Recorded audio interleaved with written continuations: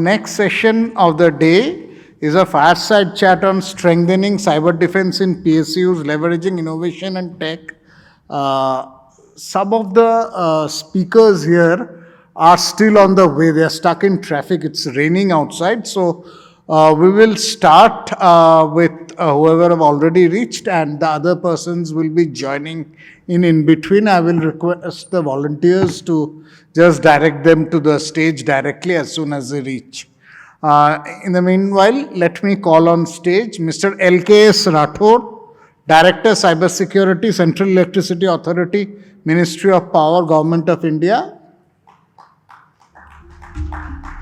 Let me call on stage Mr. Dipesh Jain, Deputy General Manager, IT, Infrastructure and Cybersecurity at Power Finance Corporation. And the other panelists will be joining in as we continue.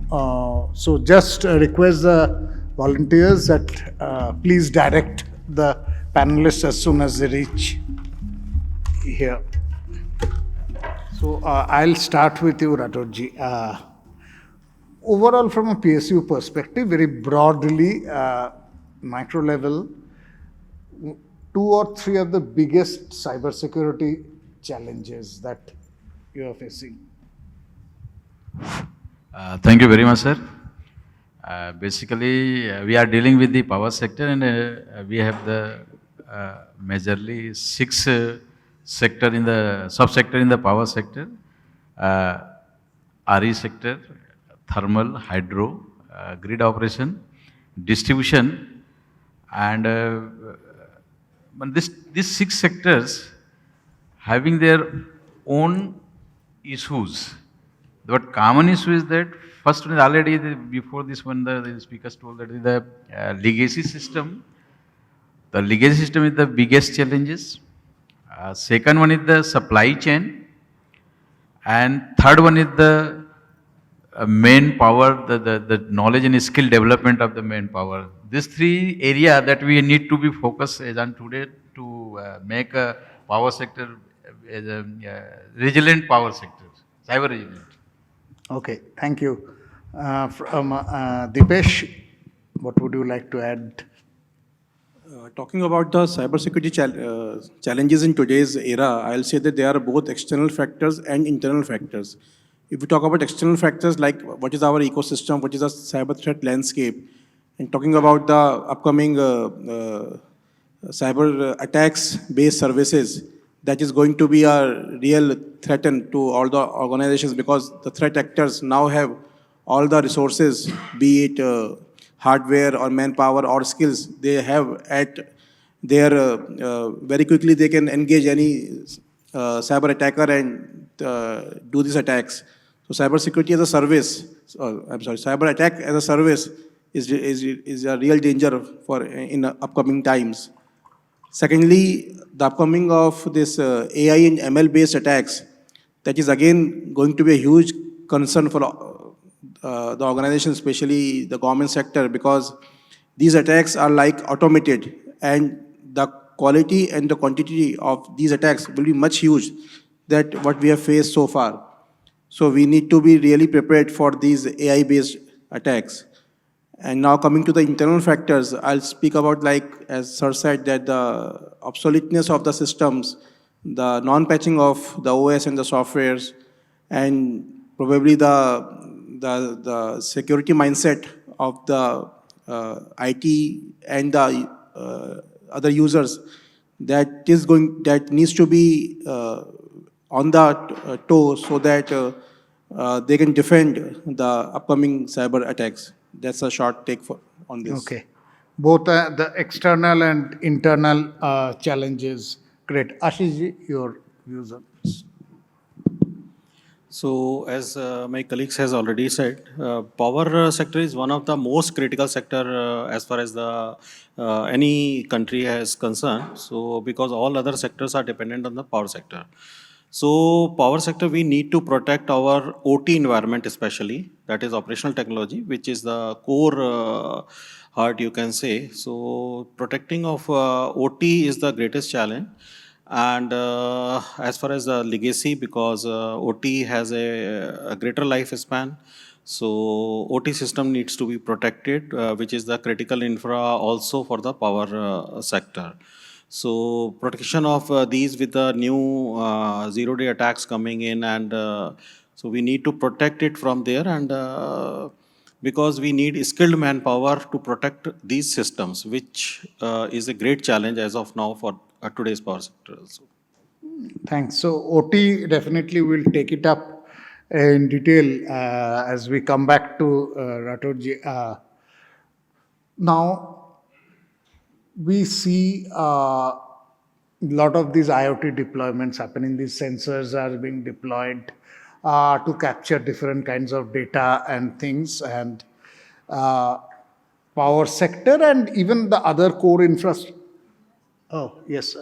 So we have Anwaya. You can join in. Okay. So we just had a one round, maybe then I'll come to, no, just a starting round. We had all the panelists spoke about the key challenges from a security perspective for a public sector organization.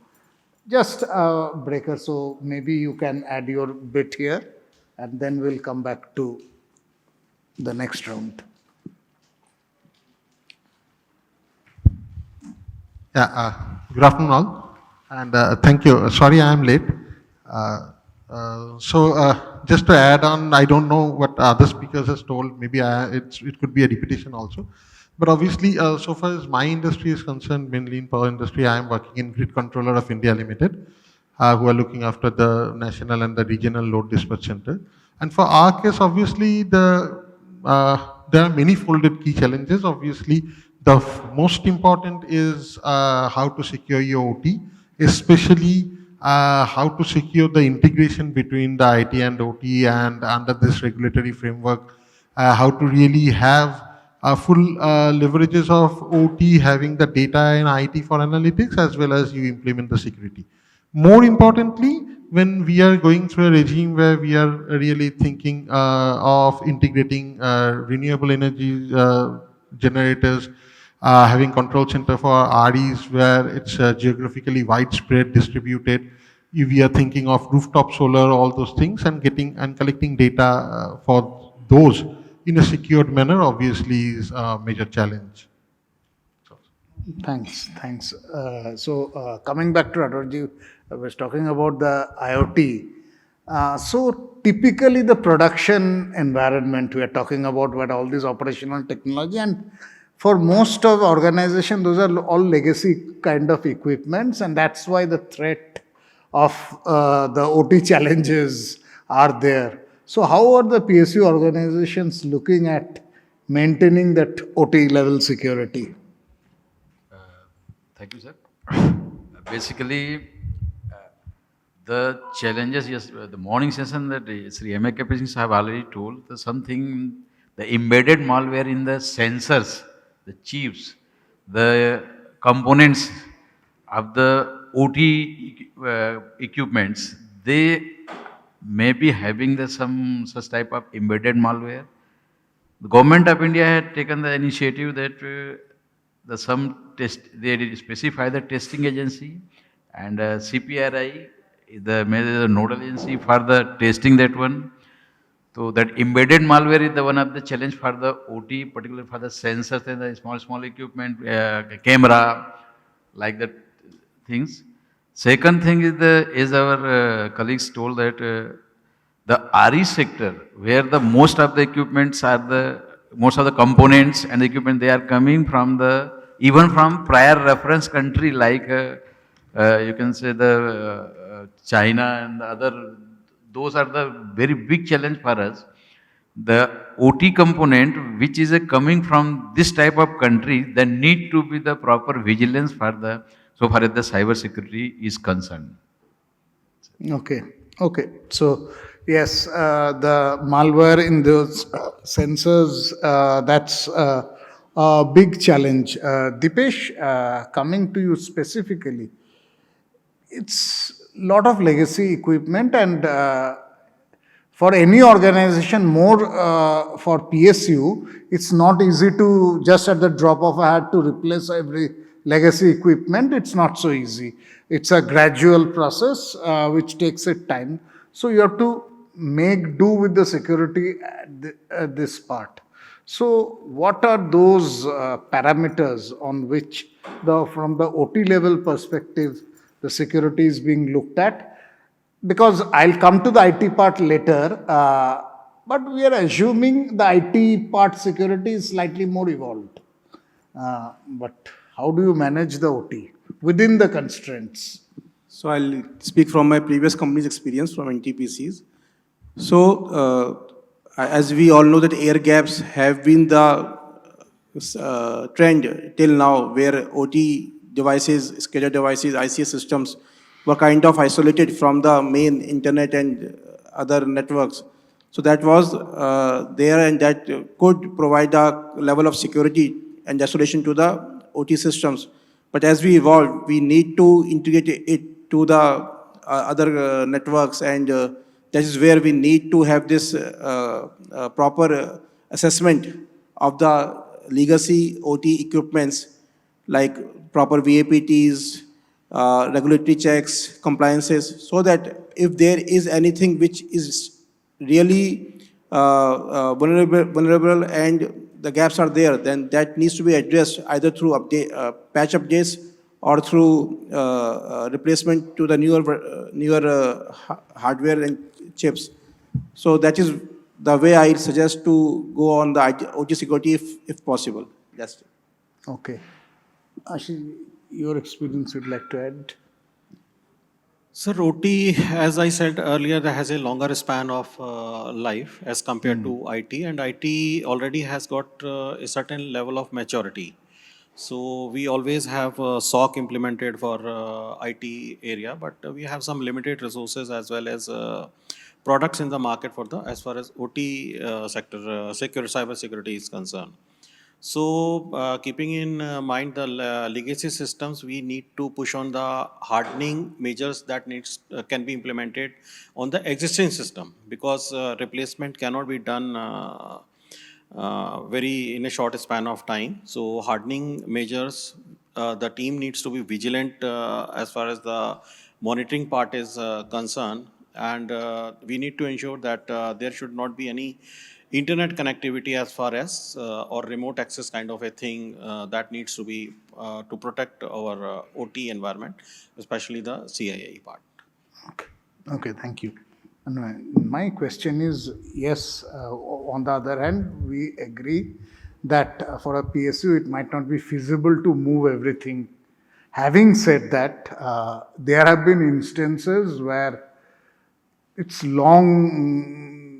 I personally know an organization where Windows NT is still running. So typically, keeping in mind those situations, what are the practical, Ashish ji mentioned about isolating the network and removing the connection. How feasible, what are the practical ways to work around things now?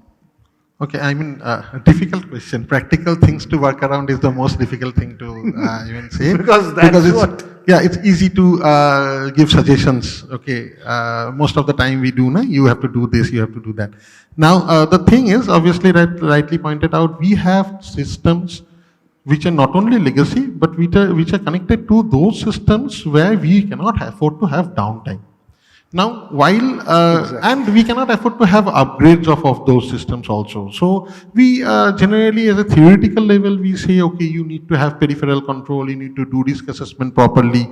Now, okay, this works good, obviously, but on ground reality, while we are doing that, we need to understand that most of the engineers working there also do not have that much of exposure of typical cyber security, rather than they have more knowledge on the typical systems they are working on, the OT systems. Now, recently we are thinking in a different line altogether. That's why in Grid India, as well as we are discussing things with Power Grid and other industries also in that line, that wherever this type of equipments are there, and we cannot really change those equipment and we cannot really strengthen those equipment, why not build an additional layer? Why not create a separate wall altogether or a additional network altogether which will protect this network? Now, there can be two ways we can do that. One, basically, identify all those items, see whether these are IP communicable devices or not, and then finally add on another layer with firewall, with all the protections, with modern equipments where you can really implement all the patches, etc. And your visibility from the external world should be restricted up to that layer. Beyond that, everything should be internal. And secondly, what is more important, see, we all understand for OT that confidentiality, etc., is not more important. It's important that the integrity of the devices and the availability remains. So there what we can do, or what we are now planning to do, instead of having a single logic controls or the logic channels, let us build multiple layers of logics so that when we are basically executing a command, the command execution is not done like earlier it was done through one or two layers of relays, but could be a parallel a chain of commands where basically hacking all those chains together and to disrupt the system could be difficult. So these are few ways now we are thinking of, because keeping in mind the constraint that we really cannot change the typical legacy OT environments all of a sudden. Thanks. So, yes, from the OT perspective, we have talked about little more holistic approach as well as the jugaad approach, if I may use within quotes. Now, let's come back to the IT security. It's not that with the OT, hype around OT, if I may say now, let's not forget the IT challenges remains pertinent. Just last few days back, we know what one small strike by CrowdStrike could do to an organization like Microsoft whole worldwide. So Rathore ji, my question is from the IT perspective, that's just an example. Now power, you're such a critical infrastructure.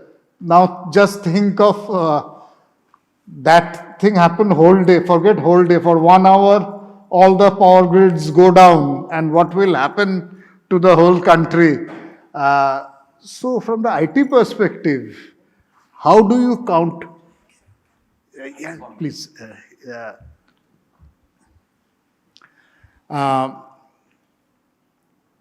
So we are also joined by Anurag. Good afternoon. Today we had a long wait on the road. Yes. Okay. From the IT perspective, what is your views to tackle those kind of, especially for critical infrastructure? Rightly, our colleague pointed out that the power sector is the mother sector. It is a very critical sector, especially the some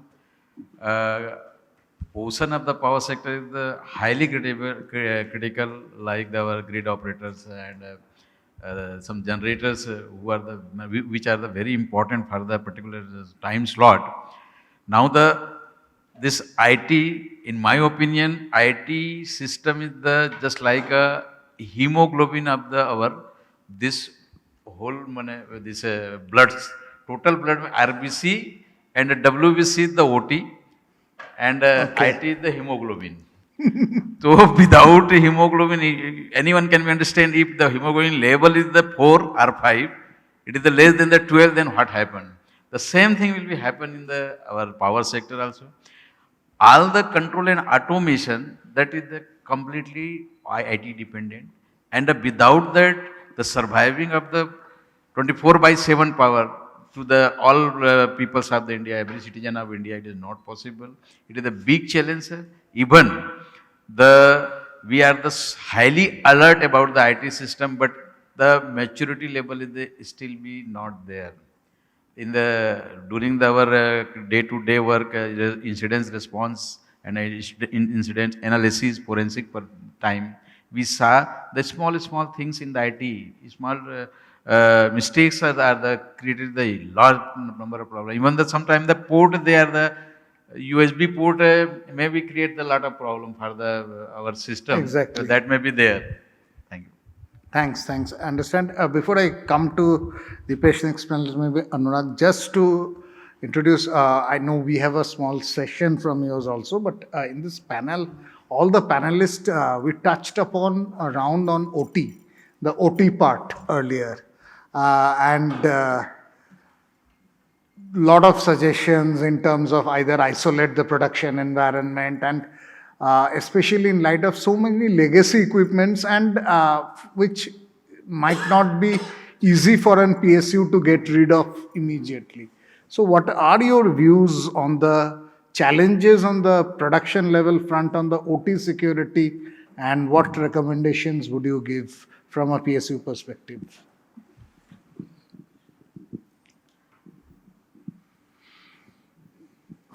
So, good afternoon to one and all. I come from an organization which is absolutely, very, very object-oriented with all the things which is very sensitive in nature to be kept on one side, and you cannot merge it with the main issues of the common internet, I would say. So, intranet has got absolutely a total distinction from the internet, and in this kind of a scenario, what I believe is that the legacy systems which are there in hand. So legacy systems which are there, I just can't upgrade it to directly into some kind of a new system which is trying to bring upon. Why? Because my already systems are already working in it.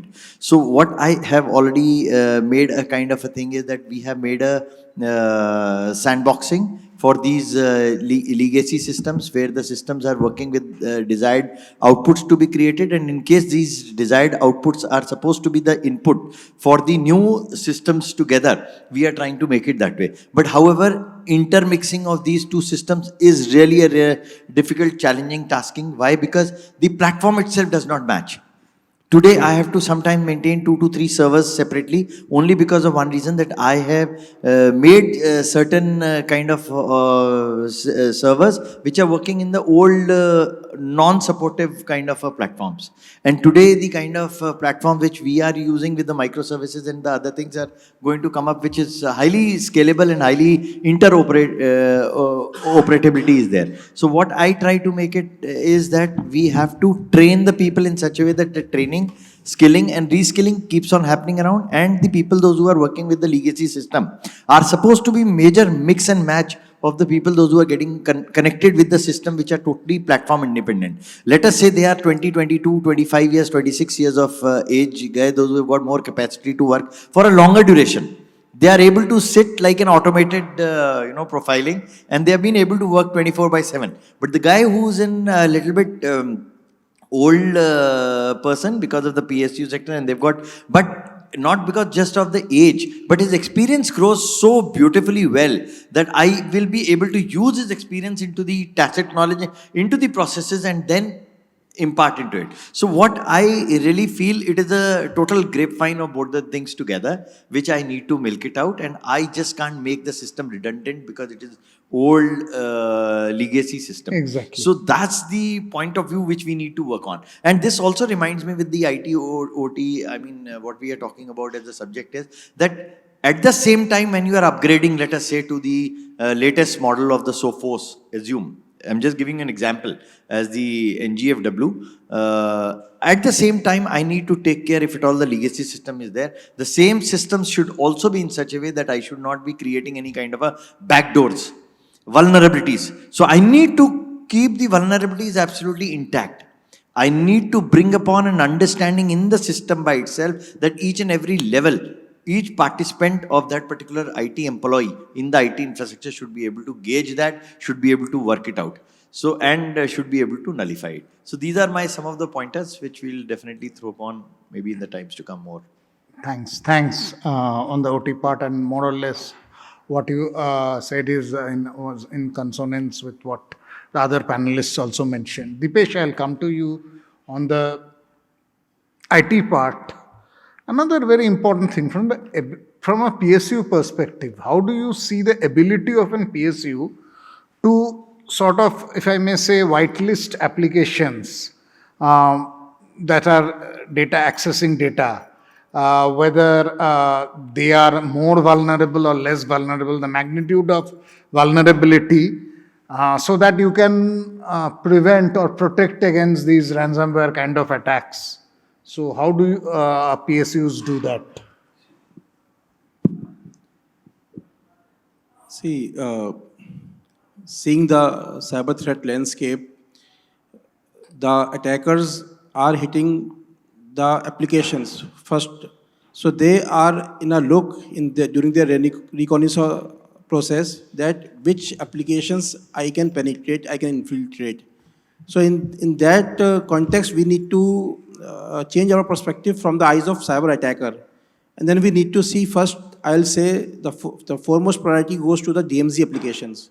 Those needs to be very much whitelisted, assessed, the proper VAPTs needs to be conducted on such applications, and the patchings and the versions of those applications needs to be absolutely hardened and watertight. So once the DMZ applications are taken care of, then it's comes to the MZ applications, the main servers and the core data center part, where the layered defense approach has to be taken, coming off the network security, the firewalls, the IDSs, IPSs, all those systems needs to be in place so that whatever attempts are being made to attack the applications, that can be stopped. And then these applications needs to be inspected deeply. The SSL traffic needs to be inspected, the devices, the processes has to be in place, so that whatever is going out and coming in is inspected at the perimeter level, and only the legitimate applications are being allowed to access the crown jewel, which is the data.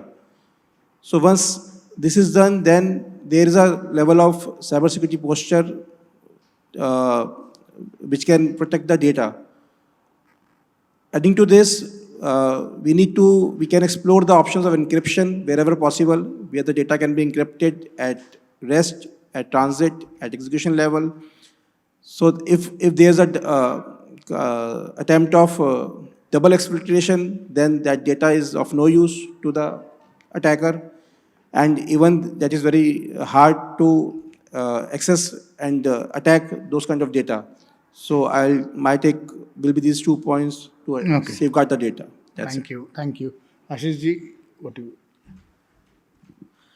So my colleague has covered most of the things, but to add on the thing that since we are taking all the precautionary measures as far as the IT area is concerned, or if you talk about the PSU or the power sector, but since you talked about the ransomware, one of the very critical thing that needs to be taken care at all the times, that backup part is very much important as far as data is concerned, because we need to take regular backups and test those backups. Because at times we are taking backups, but we are not testing whether that backup will be of use when we If I may need. interrupt, how is the DR or the BCP policy of the PSUs evolved? How have they evolved now?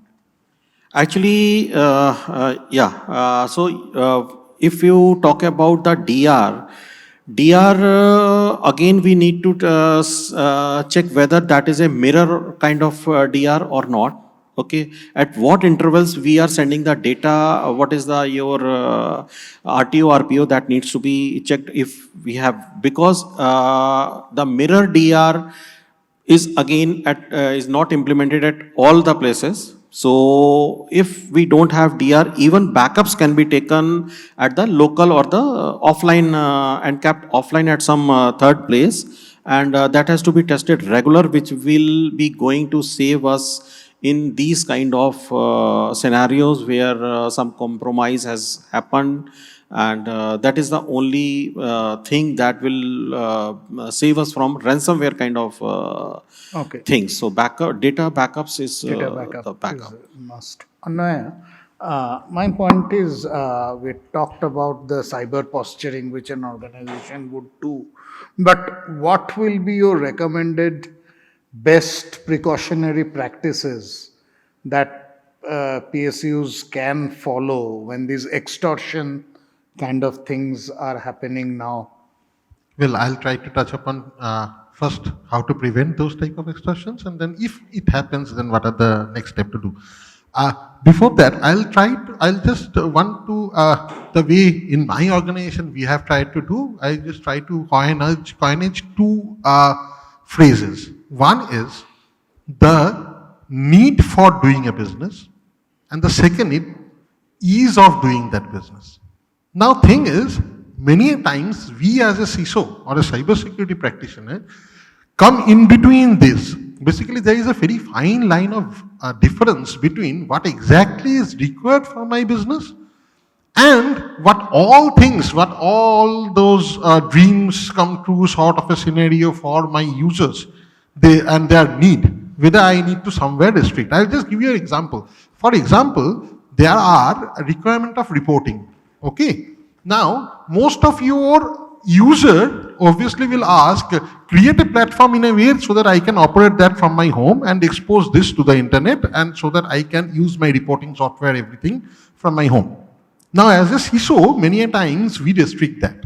We say, no, this is a typical intranet application which should not be exposed to internet. Maybe it will be easy for you to do that business like that, but there are security constraints. So this fine line of defense is very important to identify and to minimize my exposure to internet first. Then obviously, once I can minimize that, what we do, we differentiate now the transactional databases and the reporting databases. We then create, okay, now I have certain applications where I needed to be exposed to the internet, but there also we create a MZ, a militarized zone, where we put the databases, and we create, if required, a replica databases somewhere which is in the DMZ, which can be accessed by my UIs, and which is used mostly for the operational perspective, not for the operational perspective, for the reporting perspective, while the transactional databases are keeping more secured. So that is one way. As I have replica databases, if my system which are exposed to internet or even gets compromised, all my data are not lost. And obviously backup, disaster recovery, these are few things obviously is a known control for mitigating the sort of ransomware attack, or recovery from the ransomware attack. So it's more important that we are not now really thinking on how to prevent myself. Rather, in many PSUs, our approach is now, I should be resilient enough to quickly respond, to quickly come back. So we try to design the system in a way so that in case of any disaster, in case of any failure, I have minimum time to come back. Now, when we can design that type of a system where we have the backup, we have the disaster recovery, we really need not to think if there are certain extortions, etc. We are least bothered, or we are least, impacted. But obviously, there are reputational stakes. So to ensure that our reputational stakes are not being compromised, we need to obviously implement all the security controls so that these attacks can be mitigated or minimized. But somehow, as many wise men say, that we really cannot have a sort of a zero attack sort of a scenario, but we need to design this, the system in a way so that we can fight back to any of these menaces as quickly as possible and maintain our business continuity. That is the strategy, I believe. Thanks. That's succinctly you have given the perspective. Great. Anurag, my point is now there are two scenarios. One, even from a PSU, there are data which is being generated from multiple sources, structured data, unstructured data, and you don't know the authenticity of all the sources. They're very heterogeneous in nature, and God knows some of the authenticity. So one, that challenge is there. Two, a typical PSU works in an ecosystem. It's not in isolation. So there are suppliers, there are vendors, whatnot, partners and everything. And each network can have their own vulnerability. But you are working in that. So keeping in mind these two scenarios, from the IT security, what would be the recommended best practices on the security side that you would?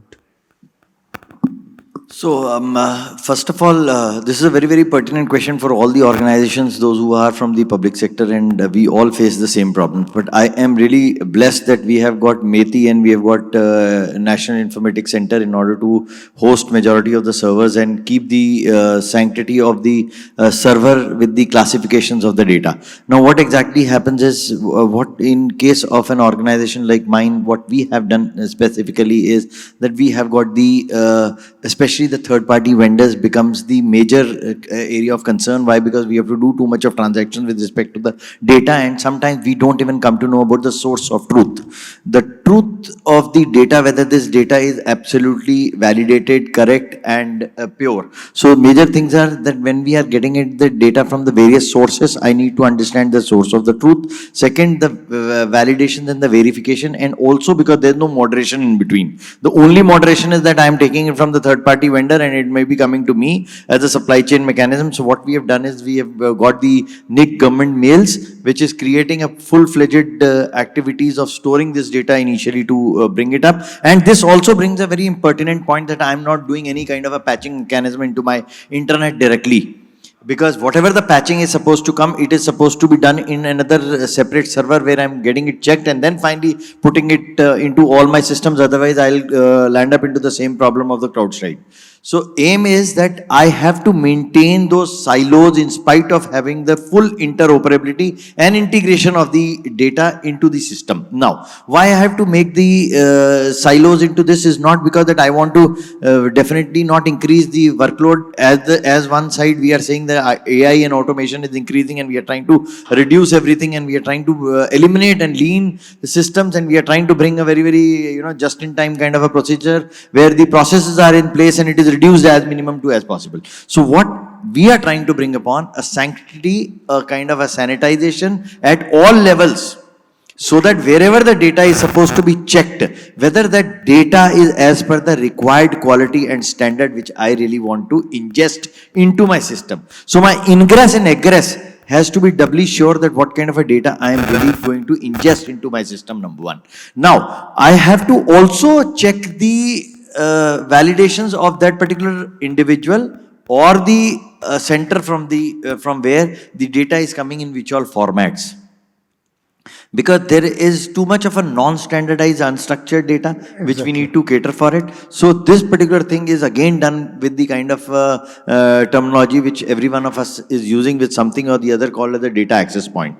So I make it in such a way that if at all I am pulling it from the Windows server, I have to put it into the Linux machine where I check it doubly sure that there is no kind of anomaly, any kind of abnormality or kind of a, steganography being involved into it, because today you don't know that what kind of a packet you are receiving with what kind of a powder in it. So it's better that you check that thing 100% thoroughly, and I have got a total different scheme of people working for that particular sanitization. The most importantly, what sir told about the VAPT.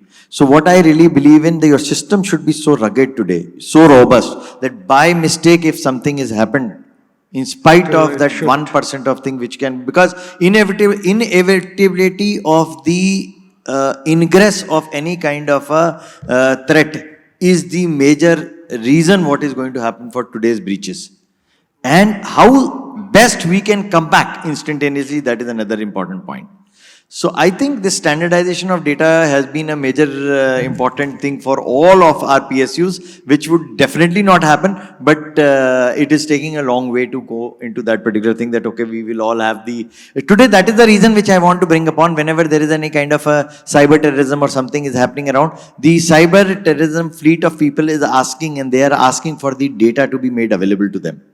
When they go to the honorary PMO's office and they say that we are creating a report, half of the time they are saying that we could not receive the data in time. And we are not receiving the data also. So the data is going to be the, which I am going to bring upon in my small presentation, that which I again and again say, data is the new phenomenon. And it's gonna be the major thumb rule for any organization to win and have a sustainability or the competitive advantage. Okay. And that's gonna be the point of view for all of us in order to have a very clear understanding of the quality of data, because it is going to create the biases otherwise. Great. Thanks. So I'll just conclude with 30 seconds to each panelist.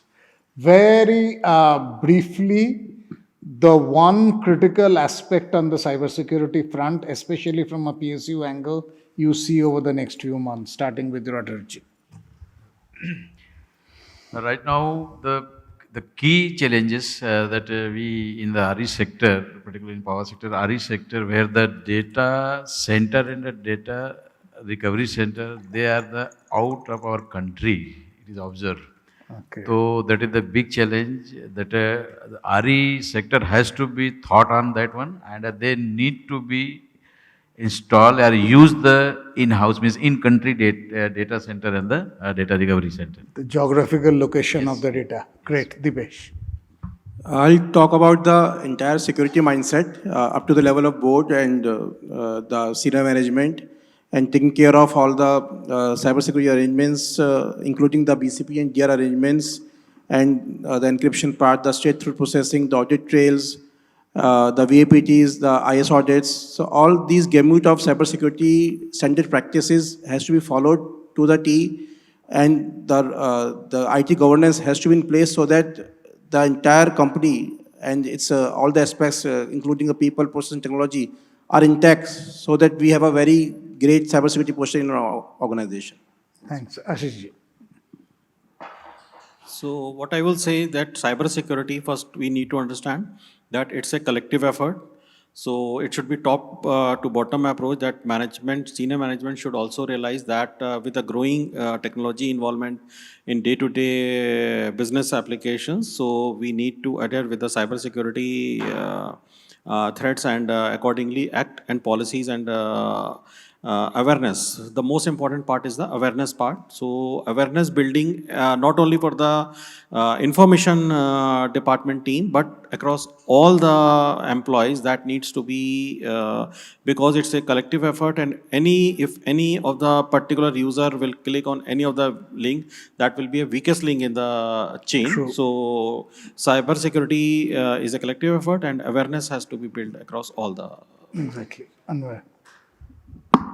Yeah, very quickly, I think most of the points are covered, but what I have seen from my experience, that I'll try to say, that actually we have things in place. We have firewall in place, but not properly configured. We have policies in place, but not properly followed. We have systems in place, but not properly hardened. So obviously, awareness, training, top-down approach of management, everything is very important, but from in which direction? The direction is there should be very strict compliance to the regulatory provisions, very strict compliance to our own policies and procedures, and there should be very concentrated effort to have proper auditing team, maybe from Government of India in PSUs, their internal team, who will be doing thorough audits, do a gap analysis, adapt a framework, do gap analysis, and continuously try to mitigate the gap. That is how we can overcome these challenges. Thanks. On audits. So Anurag, instead of 30 seconds, I'll ask you to give you a short presentation, if you mention, and I'll request all the panelists to remain on stage. If you can just.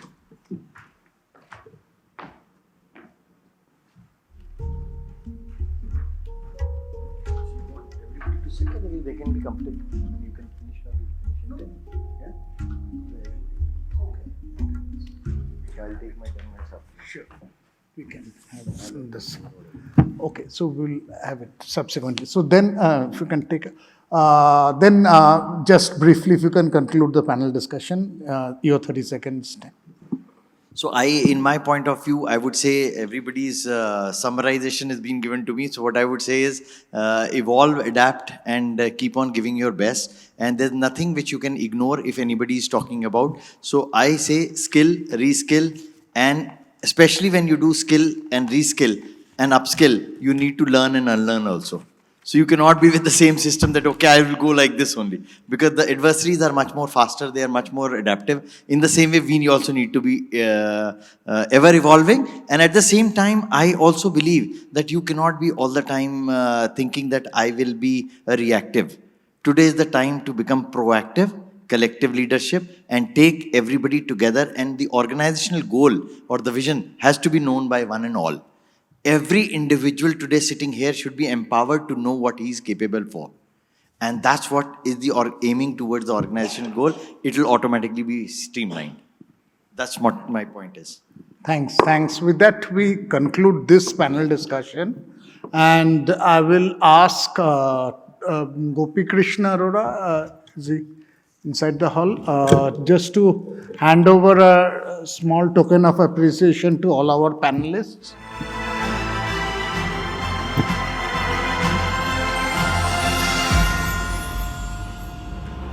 Dipesh, Jain.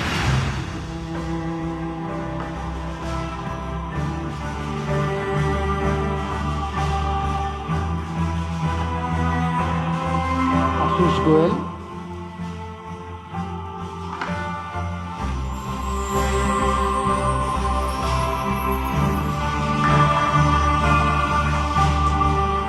Anwaya, Bilas, Sengupta.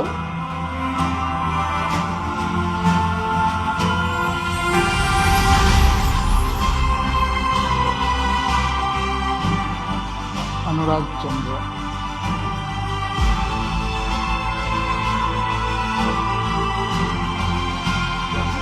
Thank you. Okay, thanks to all the panelists.